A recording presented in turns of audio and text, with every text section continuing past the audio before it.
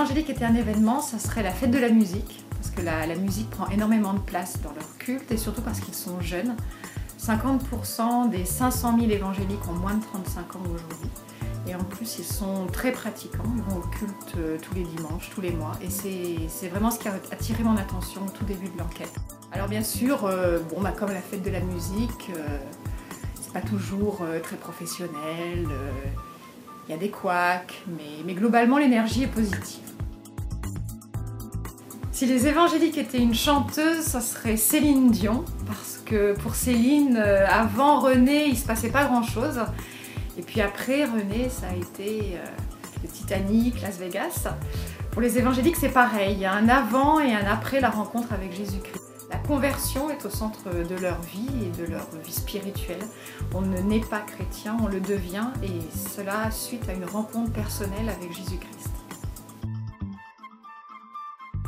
Si les évangéliques étaient un animal, ça serait un chien, parce que les chiens, les races, les pelages diffèrent, mais un chien reste un chien. Et un évangélique, c'est pareil, le cœur de la foi reste le même, c'est la conversion, mais l'expression de la foi change. Et ils sont tous fidèles à leur unique maître, c'est Jésus-Christ. Et aujourd'hui, un afro-antillais de Seine-Saint-Denis, c'est pas la même chose qu'un évangélique de la vallée du Rhône.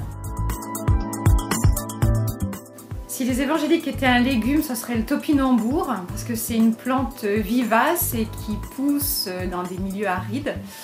Et c'est pareil, les évangéliques, on en trouve toujours un au fin fond d'un département dépeuplé. Et si je ne me trompe pas, aujourd'hui en Amérique du Nord, on en trouve encore du topinambour, mais à l'état sauvage. Si les évangéliques étaient un sport, ça serait le cyclisme, parce que c'est à la fois un sport individuel et collectif. Et la foi évangélique, c'est pareil, c'est d'abord une expérience personnelle qui devient ensuite une expérience collective. Et certains se dopent, mais au Saint-Esprit.